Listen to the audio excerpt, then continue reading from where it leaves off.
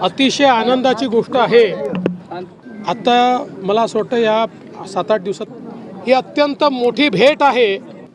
त्याचसोबत एक अजून महत्त्वाची अनाउन्समेंट त्यांनी केली आहे की पूर्वी सर्वेक्षणामधले जे निकष होते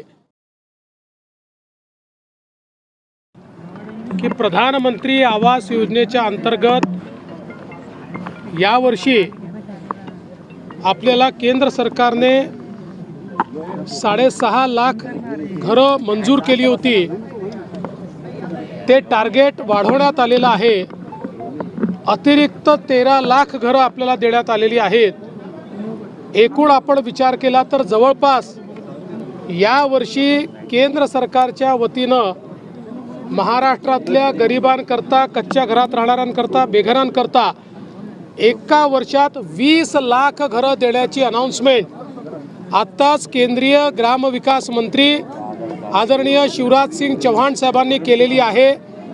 महाराष्ट्राला मोदी सरकारने दिलेली ही अत्यंत मोठी भेट आहे आणि देशाच्या इतिहासामध्ये कुठल्याच राज्याला आजपर्यंत एका दिवसात किंवा एका वर्षात इतकी घरं मिळालेली नाहीत।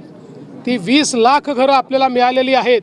खरं म्हणजे आपल्या आवास प्लसमध्ये 26 लाख त्या ठिकाणी लोकांचं रजिस्ट्रेशन आहे। आता ही 20 लाख घरं मिळाल्यामुळे आता फार कमी आपल्याकडे त्या यादीतले बेघर लोक राहतील जे पुढच्या वर्षी आपण कंप्लीट करू शकू। त्याचसोबत एक अजून महत्त्वाची अनाउन्समेंट त्यांनी केली आहे की पूर्वी सर्वेक्षणामधले जे निकष होते ते निकष देखील आता त्या ठिकाणी डायल्यूट करण्यात आलेले आहेत।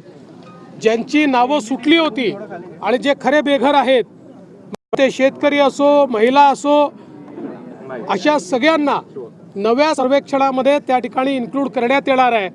ती जी यादी बनेल त्या यादीतल्या लोकांनाही येत्या 5 वर्षामध्ये घरं द्यायची हा निर्णय माननीय मोदीजींनी केलेला आहे आणि तोच संकल्प आज शिवराज सिंग चौहान साहेबांनी या ठिकाणी सांगितला आहे।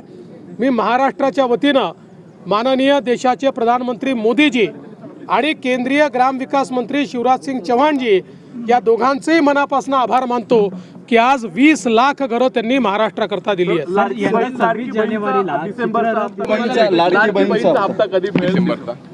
आता मला असं वाटतं या 7-8 दिवसात आम्ही तो हप्ता देऊ। पुढचा आणखी भुजबळ साहेबांचा महत्त्वाचा प्रश्न, ते सकाळी तुम्हाला भेटले आज येऊन, ते नाराज आहेत, ते भाजपमध्ये ते मला भेटले आणि भेटल्यानंतर भुजबळ साहेबांनी तुम्हाला ब्रीफ केलेलं आहे आमची काय चर्चा झालेली आहे। वेगळ्याने ब्रीफ करायची आवश्यकता नाही। भुजबळ साहेब आमच्या महायुतीचे एक प्रमुख नेते आहेत आणि तिन्ही पक्ष, मग ते अर्थातच राष्ट्रवादीचे आहेत म्हणून तिथे त्यांचा सन्मान आहेच, पण आमच्या तिन्ही पक्षाच्या नेत्यांच्या मनात त्यांच्याबद्दल सन्मानाची भावना आहे।